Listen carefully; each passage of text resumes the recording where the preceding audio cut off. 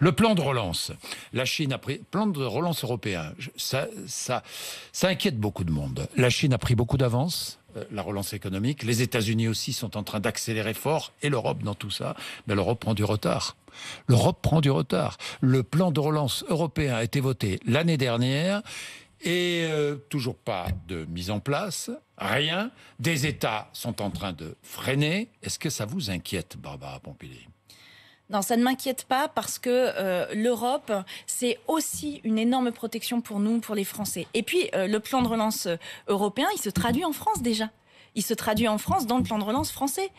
Dans les 100 milliards qui sont injectés dans l'économie d'ici 2 ans, il y a de l'argent. Qui seront injectés. Ah non, qui sont déjà injectés. Déjà, mais en 2 ans, qui sont déjà 100 milliards en 2 ans. Qui sont déjà injectés, sont injectés, et notamment 30 milliards dans la transition écologique. J'y tiens beaucoup.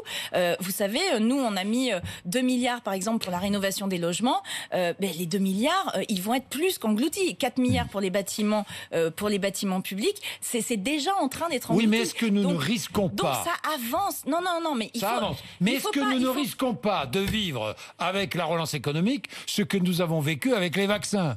Mais non, il ne faut pas être défaitiste. Bon, d'accord, mais je suis pas défaitiste. Il faut pas être défaitiste. Je pose des questions. L'Europe, oui. C'est un moteur puissant pour nous. Vous savez, par exemple, là, on est en train de mettre de l'argent pour décarboner les entreprises, pour qu'elles changent de système, pour qu'elles arrêtent d'utiliser des chauffages, par exemple, qui soient des chauffages au fioul, pour passer vers des chauffages plus performants écologiquement. Et bien, ça, c'est des efforts qu'on demande aux entreprises et qui vont être aidés par l'Europe.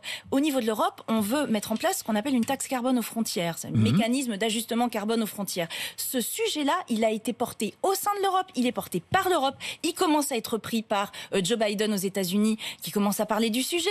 On commence à essaimer grâce à ça. Donc l'Europe, c'est un puissant vecteur d'entraînement des autres pays. Donc le plan de relance européen, vous dites qu'il ne va pas assez vite, sauf que Joe Biden, quand il lance son plan de relance, c'est aussi en réponse au plan de relance européen. Oui, en réponse.